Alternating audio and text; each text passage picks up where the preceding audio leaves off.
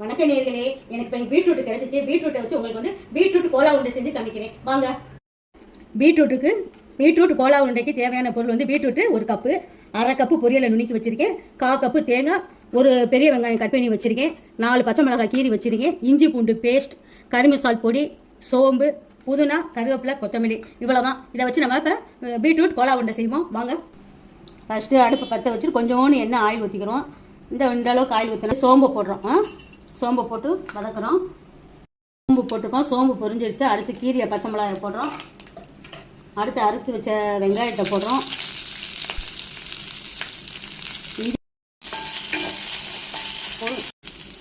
அடுத்து வந்து இஞ்சி பூண்டு பேஸ்ட்டை போடுறோம்.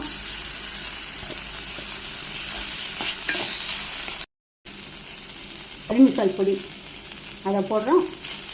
அது வதங்கின உடனே வந்துட்டு பச்சை வாடை போயிடுச்சு. அடுத்து வந்து இதை போடுறோம். நல்லா அந்த ஈரம்லாம் நல்லா இதாகணும், சரியா? இல்லாட்டி தண்ணியாக போயிடும். நல்லா ஈரம் போக வதக்கணும். பீட்ரூட் வேகட்டும். ரொம்ப பீட்ரூட்டில் வந்து சாறு இருந்துச்சுன்னா நல்லா நீங்கள் பீட்ரூட்டை புளிஞ்சிட்டு கூட போடலாம். ஆனால் இந்த பீட்ரூட்டில் ரொம்ப சாறு இல்லை, அதனால் நான் அப்படியே போட்டுட்டேன். பீட்ரூட்டு நல்லா வெந்துருச்சு. இந்த தண்ணியெல்லாம் நல்லா உணர்ந்துடுச்சு. அதுக்கப்புறம் துரி வச்ச தேங்காய் போடுவோம் ஒரு வதக்கு. இப்போ வந்து கட் பண்ணி வச்சுருக்க புதினாவை ஆட் பண்ணுறோம். கருவேப்பிலை, கொத்தமல்லி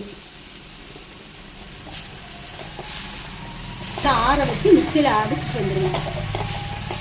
இதில் இப்போ ஆற வச்சு அரைச்சிட்டேன். அரைச்சது இந்த அளவுக்கு இருக்குது பாருங்கள். இதுக்கு தேவையான அளவுக்கு உப்பு போடுறேன்.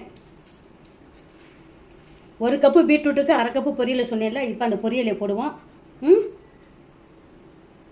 போதும், இந்த அளவுக்கு போடுவோம். இது ஏன் மிச்சம் வைக்கிறேன் அப்படின்னா, நம்ம உருண்டை உருட்டி ஒரு உருண்டையை எண்ணெயில் போடணும். எண்ணெயில் போடுறப்ப உருண்டை வந்து அப்படியே பிரியாமல் நல்லா வந்துச்சுன்னா தேவையில்லை, இந்த பொரியலை தேவையில்லை. பிரிகிற மாதிரி இருந்துச்சுன்னா அதுக்கப்புறம் இந்த கொஞ்சம் பொரியலை கொட்டி உருட்டி போடுவோம். அதுக்காண்டி இந்த பொரியலை மிச்சம் வச்சுருக்கேன். இந்த அளவுக்கு உருட்டுங்க. இந்த அளவுக்கு உருட்டி வச்சுருக்கேன். அடுப்பில் வந்து மிதமான தீயில் போட்டு எடுப்போம்.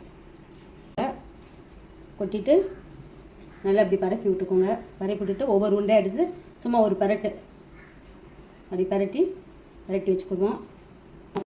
இந்த பாருங்களேன், அப்படியே எண்ணெய் அப்படியே வந்துடுச்சு. பாருங்கள், மேலே உருண்டு அப்படியே மேலே மிதந்து வந்துடுச்சு பார்த்தீங்களா? நேயர்களே, சுவையான கோலா உருண்டை ரெடி ஆயிடுச்சு. இந்த கோலா உருண்டை வந்து நல்லா தக்காளி சாஸ் தொட்டு சாப்பிட்டோம்னா அவ்வளோ அருமையாக இருக்கும். இது ஈவினிங் டைமிங்கில் சின்னவங்க வந்து பெரியவங்க வரைக்கும் விரும்பி சாப்பிடுவாங்க. இதே மாதிரி நீங்களும் செஞ்சு பாருங்கள். செஞ்சு பார்த்துட்டு பிடிச்சிருந்தா லைக் பண்ணுங்கள், சப்ஸ்கிரைப் பண்ணுங்கள். நன்றி.